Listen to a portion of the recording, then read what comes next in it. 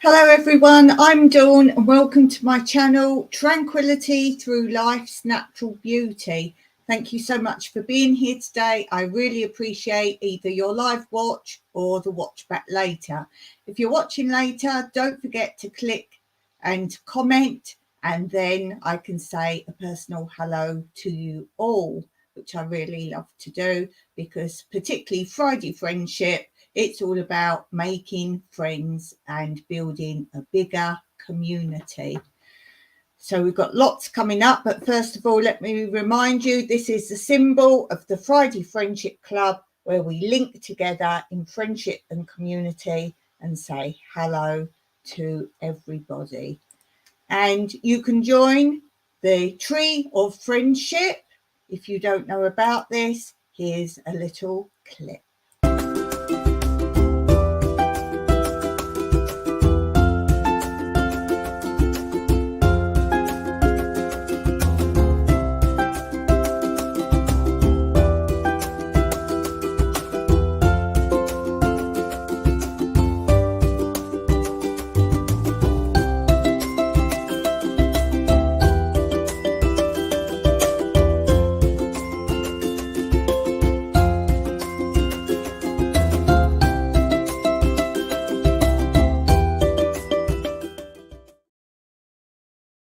It says there, it's nothing about you have to sign up or pay to join or join in by being a sponsor or anything like that.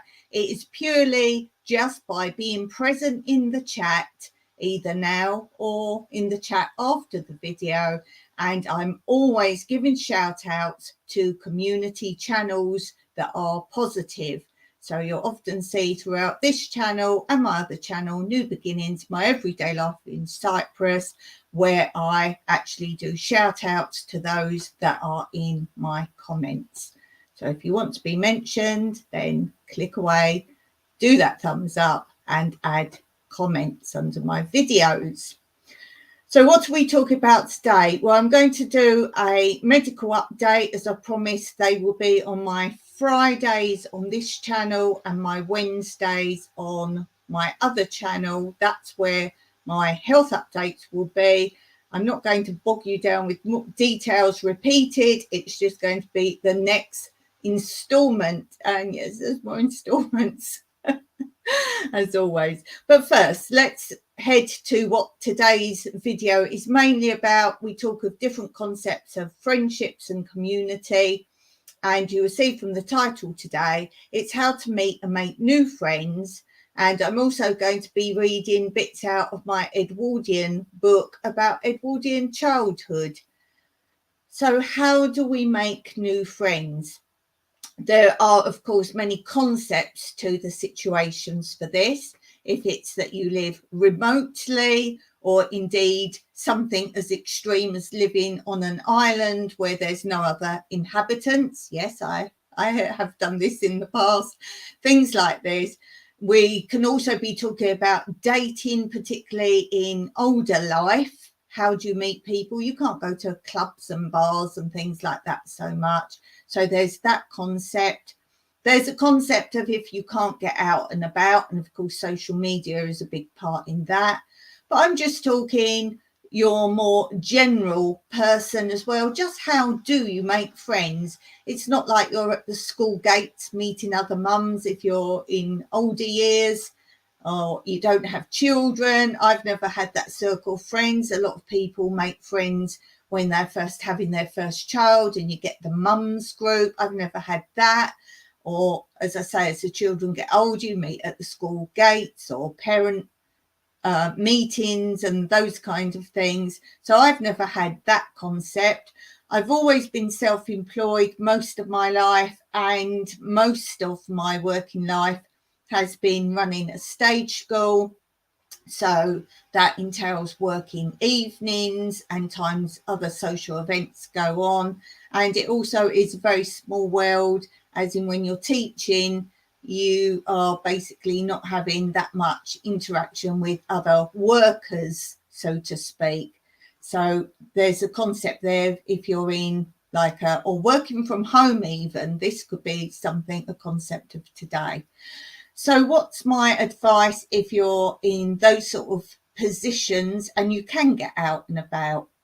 Well, my main thought is clubs. I know some people are quite shy talking and meeting people and just starting conversation.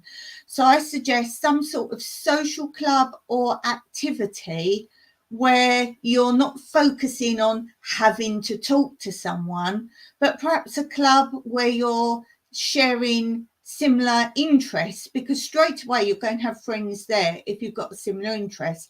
So perhaps a craft club or a knitting circle or an art class, something like this, but do pick a fun one, not like a deep tutorial, because they won't want you chatting. And of course you could meet people this way, so your focus isn't on you to feel, oh no, I've got to chat to people. No, just why, particularly craft folk, they will help you. So don't think, oh, I don't know how to do a craft. Pick something appropriate, i.e. a total beginners class if that's where you're at. Or if you already know how to do crafts, why not actually volunteer to go and help with a beginner's craft course, something like this. And before you say it's costly, there are so many free courses out there. As I've mentioned before, of course, social media, if you're at home all the time and you don't like to go out and mix, of course, just go in the chats on screen, so you don't even have to go up on the screen, and people will chat to you that way if that's how you just want to feel company. Because I know some people don't like to be around groups of people or have other intimidations. So you can try that. And as I say, if you're doing some event like that, some course or something like that, you're going to meet like-minded people. Another way is, of course, to volunteer in many different ways. Maybe your local charity shop, people will then come and talk to you rather than the emphasis of you having to start the conversation to speak to other people. So lots will come in and ask things, and they're quite chatty people. People come into charity shops. So maybe you could volunteer something like that. Or I don't know if you're into church and you have church groups. There's always people want help with events for the church, and they're normally quite friendly people anyway, church people. And also just go to church if that's your way of inclination, and you will find the local community talk to you. So this is another good idea as well if you've moved to a new neighbourhood. But of course, if you're not into church inclinations, then that's not going to be for you. So as I say, different volunteering. If you want to spread yourself a bit further, then I'm always going on about the Workaway volunteering scheme. It's an app.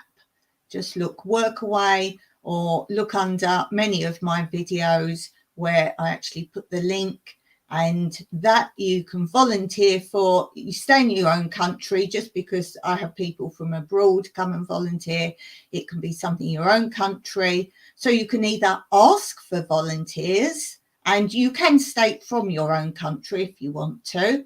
And then that's a way of getting to know people. Get them to do little odd jobs around your house or your garden, and they will chat with you if you work alongside them, or indeed become a volunteer yourself. And as I say, you can do that abroad. That's a great way if you're on your own and you don't like to holiday on your own. Then become a volunteer, work for 2 or 3 hours volunteering each day. You get free accommodation, so you haven't got to worry about that. And you can also look for ones where they say you can eat with the host. The host will provide food and you can eat with them. So then you can just go out and about on your own, or ideally you can even ask the host if you can go out with them. Some will do that, some won't do that, depending on their situation, if they have to work or something else. But you could actually say you're looking for company or for someone to show you around, and you make friends that way. And let me tell you, the workaway community, once you've volunteered or been a host, you will stay in contact with those people for a lifetime. So these are a few just very basic ideas. Let me know in the comments below if you have any good tips how to meet people, where to go and meet people. As I say, clubs, social clubs, there's so much out there, but you've got to make the effort to find those things in your local community. There are friendship pages in newspapers and magazines if you're looking for a bit more pen pal kind of association for friendship. So think about what you're looking for, how much of a friendship you're looking for, and then take the right steps. Of course, as I've said, there's so much social media. You can just put out that you're seeking someone who's, maybe if you're alone, you're looking for someone else alone. State very clearly if it's for an intended relationship or totally purely as a friend and company going out, and what sort of things you like to do. Please remember, never put personal information and details as address, phone numbers, so on and so forth. If you're doing it through a newspaper or magazine, there will be a P.O Box. So do take care anyway. So, as I say, we're a worldwide community for our friendship. At least these days, it doesn't mean it's just in your town or even your country. So perhaps you can find friendships with other people. And I'm always interested in knowing more about you. I'm so community minded. I want to learn about you, which is why I have volunteers here. And I want to know about where you live. I particularly want to know things such as, when you look out your window or your front door, what do you see? So tell me that in the comments too.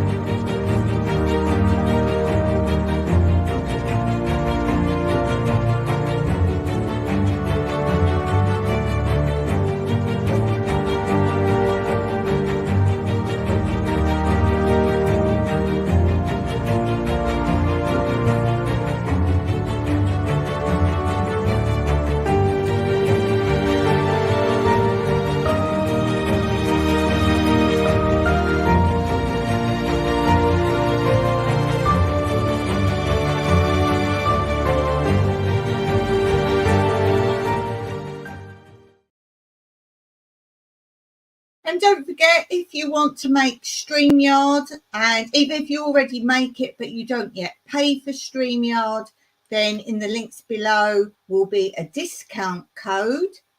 And remember that you will get, by clicking on my discount code, a $10 credit when you spend $25 or more on StreamYard. Of course, if you're in another country, the equivalent amount in your currency.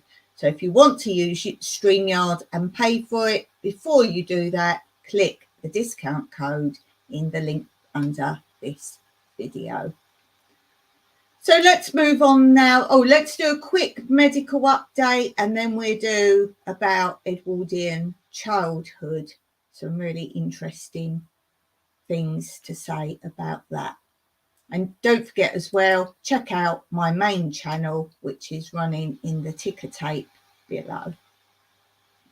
So a little medical update. As I say, I'm only going to continue on from what I last told you on my last chat live, which is on my other channel running through below, and that's on Wednesdays, and then the next update will be on Fridays today on this channel. So I'm not going to keep reiterating things, but there's a lot to backtrack on as well. So basically, I've had a couple of manipulation trauma treatment. He is now saying I definitely had a fracture from what treatment he's given me and how it's reacted and so on and so forth. He thinks it was a pretty major fracture and purely hasn't shown up because it's been a fracture from the inside and the time has gone and it's healed well, but in the wrong place. And it had to be x-rayed at a very peculiar angle to see where that fracture was, and the angles were not done. One did show the deformation, and from that and from the treatment he's given, and as I say, the reaction to that treatment, he's decided it's definitely a fracture. There's still much trauma, and I've been having ultrasound, laser treatment, obviously ice treatment and exercise and different forms of physio. And he said he really needs to at least tape it. You can't have any form of like casting, or as I showed you something before that they do use out here instead of plaster cast, because then I won't be walking on it and using it, and by now I need to be using it. So he did want to tape it, but he said because I'm having so much trouble putting on the trainers, sports shoes, athletic shoes, and that's what he wants me to wear, that he thinks obviously that's still quite a tight fit for me now, and if he taped it, I'd be in a worse position. It'd probably rub and whatever. So he's not even taping that now as well. So yeah, that's basically it. I've got more manipulation, trauma manipulation therapy. I'm having it twice a week now on the GESI, which is like our national health system, because it's a third party help. I have to pay €10 each time, which isn't the full amount of this treatment. It would be, I think, €25. So I get a discount. So I'm now paying that, which is good because I spent all my money on having the second opinion from a surgeon prior to this, which got me this treatment. So there's what I can have 6 in total. That's all you're allowed on GESI. And Mike advises me from his treatment on his arm that there's a possibility it could be extended for 3 more treatments, but that is it then. So hopefully I'm going to get that. And he doesn't think it will be cured by then, because it's like a fracture. It's going to take 6 weeks or so.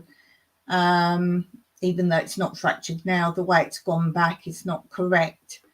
Where it is, you can't now go and re-break the bone. It would be like months, if not a year, off the foot completely. And my lifestyle, I can't do that.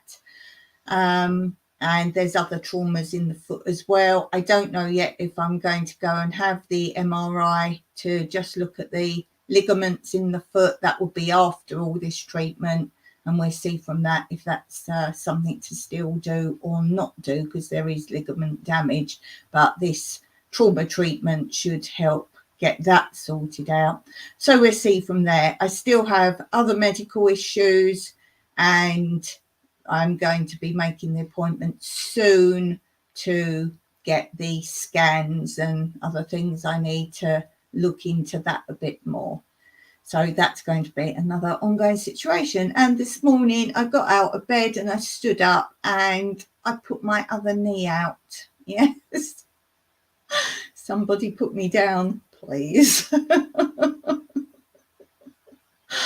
I can barely walk around now. Oh, it's the opposite knee to the foot situation. I'm barely walking around at all now, and I can't go up and down steps at all. And I'm all right sitting, but as soon as I move, I'm in sheer agony. So I can't keep going back to the doctor. It sounds like I'm, what do you call it, when you think you've got loads of things wrong with you, but at least they all are real things. Hypochondriac, that's the word. So, yeah, I'm just going to put my feet up. In fact, we're out tomorrow, so I don't know what I'm going to do. I'll probably have to go in my wheelchair tomorrow. I don't know. Anyway, that's the end of the update for today. Let's keep it positive. So now let's move on to, I'm going to read to you about childhood in Edwardian times, how they made friends. Well, similar to what I said at the beginning, how to meet friends through play. Now, yes, adults can play, go and have fun. That's basically what it means. So as I say, craft groups and woodwork groups, go and learn a skill. There must be free community groups where you can learn crafts and skills. So go along to these things. As I say, you haven't got to worry about speaking to people, but I'm sure you would team up with people and just start talking. I know a way a lot of people do make friends is get a dog. Get a dog, go out walking with a dog. Dog people and other people will come and talk to you. That's a bit extreme, but that does work. Okay, so this chapter, I'm not going to read the whole chapter, but this chapter is called Out in the Fresh Air. So as I say, get out there and meet people. If you don't get out there, how are you going to meet people anyway? And it says, on a fine day, there was nothing better for Edwardian children than being out in the open air. Working class children were sent out in all weathers to occupy themselves in streets and country lanes, while on cold, blustery days, more privileged youngsters played in their warm nurseries. But when the sun shone, everyone looked forward to playing out in the gardens and fields, exploring woodlands, bicycling along country lanes, fishing in streams and ponds, and turning paths into marble pitches and roads into football grounds. After they reached school-going age, the boys no longer played with the girls, but found themselves a separate pitch on which to play marbles or spin tops or kick an odd tin about by way of a football. Or they would hunt in couples along the hedgerows, shooting at birds with their catapults, climbing trees or looking for birds' nests, mushrooms or chestnuts, according to the season. There was an infinite range of activities to fill the days, and children were reluctant at dusk to give up their venturing and games of chasing, hopscotch and skipping, and make their way indoors again for tea and bed. Collector's items. Then, as now, during trips to the seaside, all boys and girls loved to search for shells. It was great fun to tear off shoes and socks and to paddle along the shore and in the rock pools, hunting for pretty cockles, winkles, whelks, and razor shells. The shells were washed and treasured in boxes, or used to decorate picture frames or jewellery boxes, or arranged into ornate designs and mounted in a frame. Children liked to copy the designs they saw on boxes and frames in the seaside souvenir shops, and little shells were indispensable when playing shops. They made tempting sweets and cakes on the toy shop counter, or became valuable currency that paid for the delicacies. Birds' eggs were popular with adults and children alike, and it was perfectly acceptable hobby in those days to raid nests, blow out the egg and preserve the shell as decoration item to be displayed on shelves and in glass cabinets. One boy said, "I wander around with my cousin, 5 or 6 years older than myself. He was a keen collector of birds' eggs, butterflies and flowers, and had great cunning in pursuit of these items. From him, I learnt how to handle birds' eggs, to empty them through one blowhole, to pack them in matchboxes. We carried catapults, and I was taught the honour of the chase, which birds it was legitimate to shoot, how many eggs one could take from a nest, how to rob a nest without spoiling it or discouraging the mother bird. Sometimes we would be out all day, regardless of meals.